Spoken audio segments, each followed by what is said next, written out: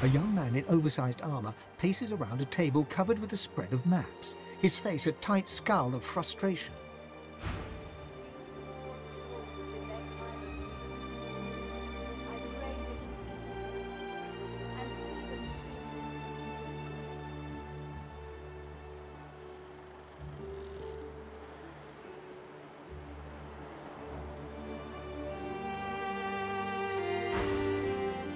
Every approach blocked. Oh, damn it! What good are battle tactics against those things, anyway? He glances up. In quick succession, he becomes aware of both your presence and the fact that you're not a familiar face. Who the blazes are you? A sorcerer, indeed. I should have realized. A seeker can always recognize a sorcerer when they see one. Though, of course, your collar gives you away.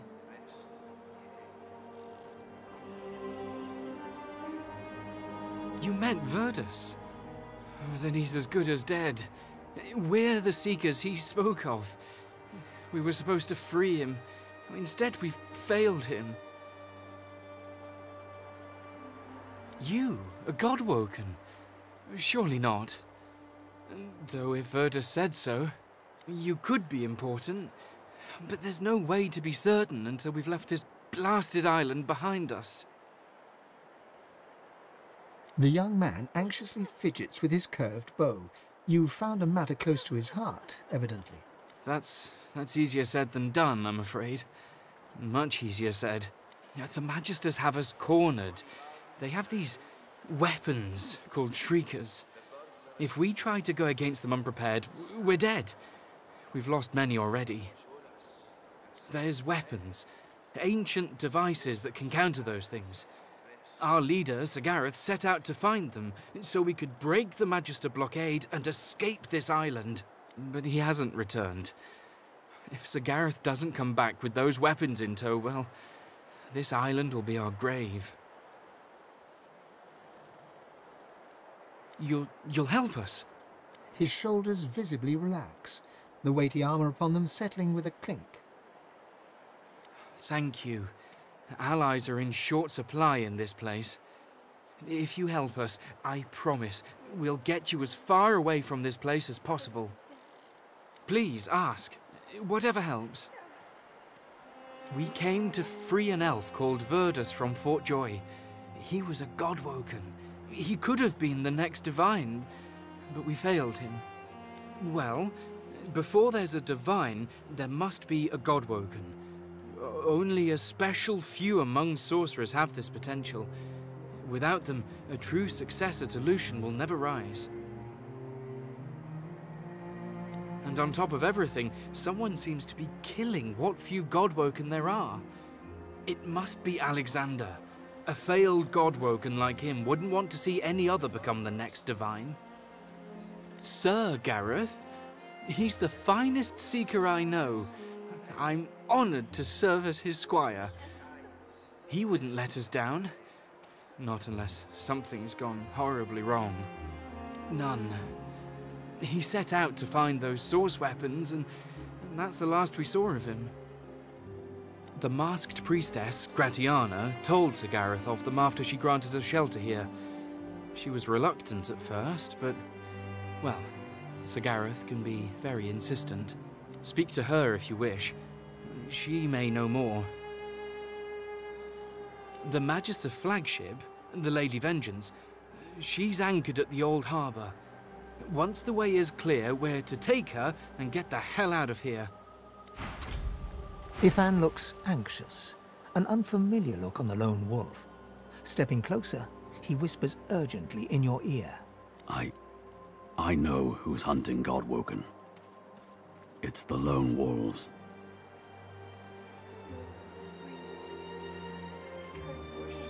Yes. He looks around, surveying your surroundings with a keen eye. It's been making the lupine rounds for a while now. Big money for anyone who succeeds in taking out a Godwoken. And I mean big money. Deal. In the meantime, let's keep a lower profile.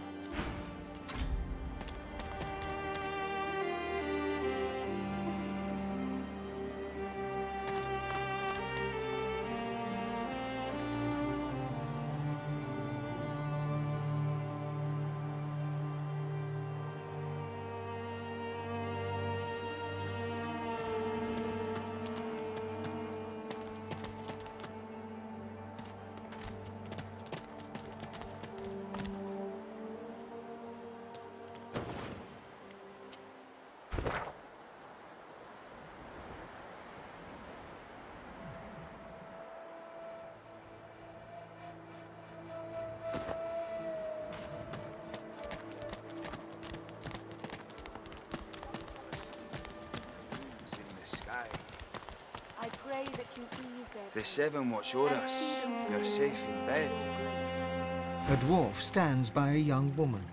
He seems intensely focused on her, whispering and singing softly in her ear. She's staring blankly into space. Blood and bone. Fire and smoke. Death and worse. Hush now, Leia. They'll not hurt you again. You're safe now. Once Gareth gets back, we're going home. You'll see. He'll be fine. The woman rubs her neck, raking her nails across her skin as she whimpers.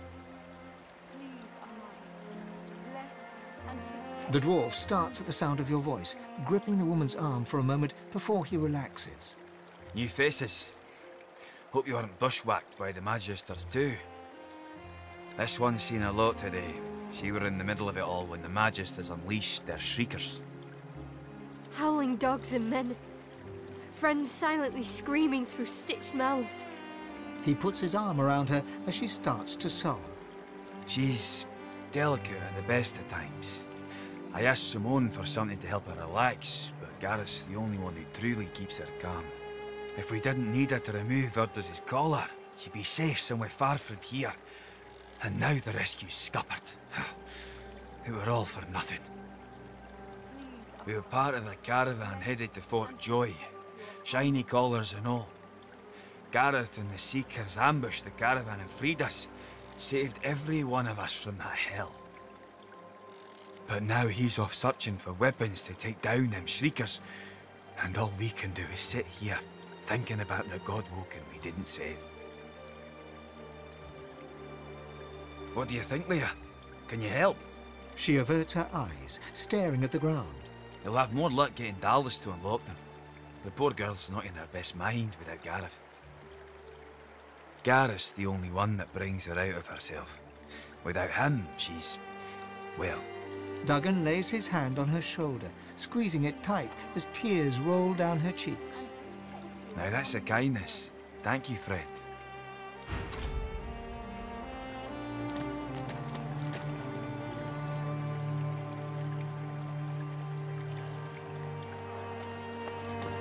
Before you stands a figure, her body wreathed in cloth.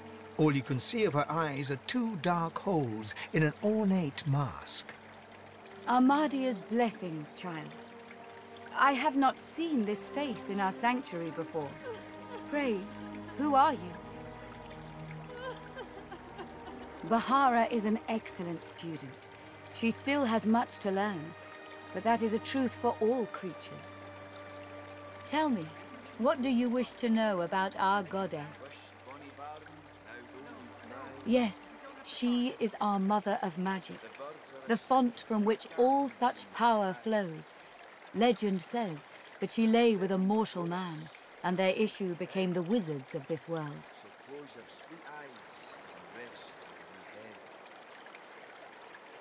Some say this is merely a metaphor for the gift of magic that Armadia gave us. Others hold it as pure truth. It is not for me to judge. Perhaps it is the truth, or perhaps it is only true of the Godwoken. Whatever the fact may be, the story brings me some happiness. Like him in birth, perhaps, but not in spirit. The Godwoken are said to be descended from the first heroes, and may themselves become the divine, transcending even the gods themselves. But I am no expert in these matters. The Seekers know more. Gareth spoke of his mission to save the Godwoken Verdas. You would do better to speak to him, if ever he returns. The fool ran into the swamps. He pestered me for aid against the Shriekers, and when I finally told him of a cache of Brachus's soul-forged weapons, he rushed away to find it. A bold move, but ill-advised. Unless he returns with weapons enough, I fear none of these Seekers will leave this island with air in their lungs. He ruled this realm as a tyrant and beast. He stole its source and left only death. On this island he built and tested his weapons. These marshes were a playground for he and his necromancers. Many unfortunate souls were brought here. Blessed were those who died quickly, or died at all.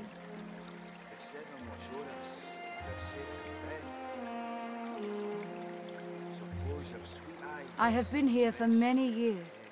It has given me a lot of time to reflect on the past and learn from it. In truth, the torments of Brachus and of these magisters were not so different.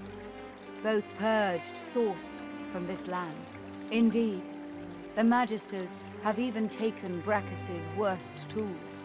First, the purging ones, and now those shriekers. If the Seeker Gareth survives, I pray he will return with the weapons he needs to destroy them.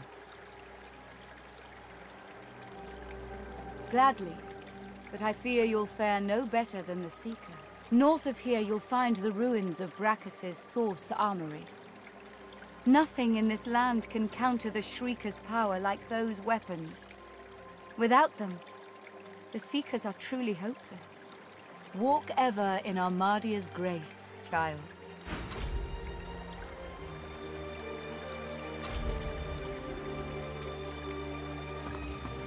Wish the money back, now don't you cry.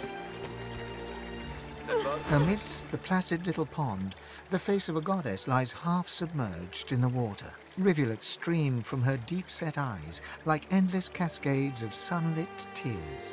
You feel peaceful in her presence, soothed somehow by an intangible comfort. As you gaze upon her loving face, you find yourself drawn into a trance-like state. A voice seems to reach you from within your mind and from the furthest reaches of the stars. Its whispers caress you like a breeze. The voice grows stronger, like the breeze picking up. What were whispers become words. My children, gone are my children. Dead are they in the cradle I have wrought.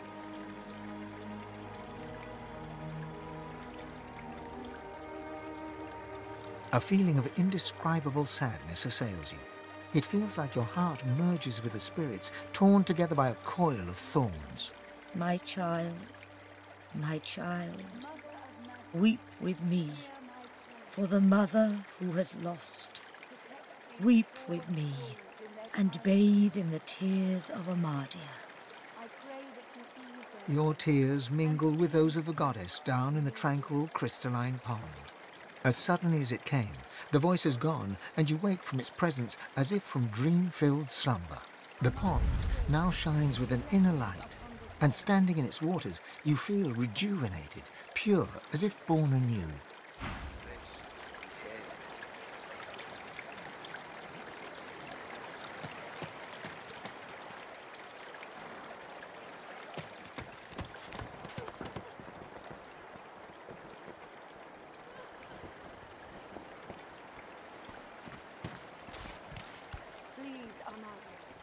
Bless and protect your humble servant.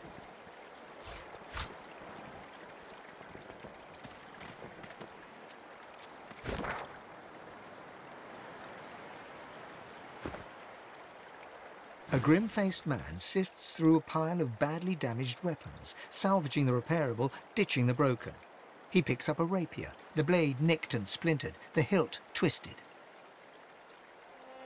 He holds the damaged blade up to the light. This was Halorn's blade. It was his first. It was also his last. He didn't intend to die here, but die here he did. He was an ordinary soul with an extraordinary heart, Halorn, and he died for what he believed. What did Halorn believe in? He believed in truth. He believed in hope.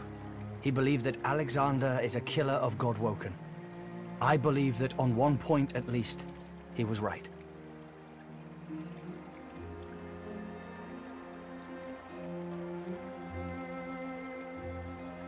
The point breaks away, leaving a jagged edge. The sword is shorter now, but it'll do more damage. Who are you?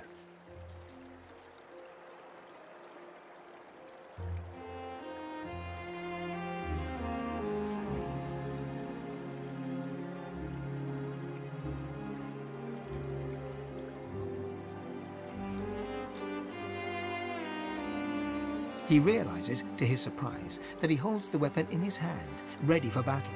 He smiles to himself, tucks the weapon away, and gets back to work.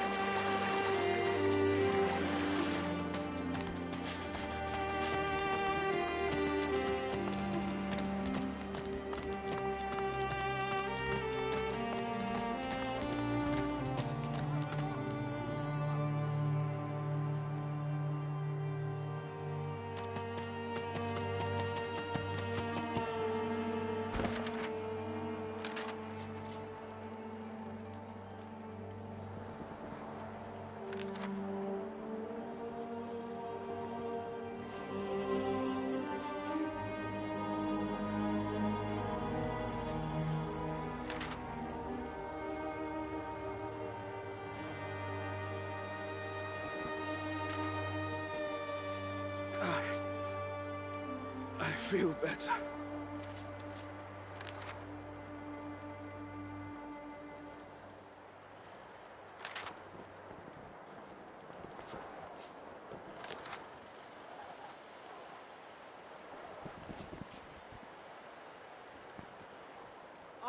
I'm alive! I'm alive!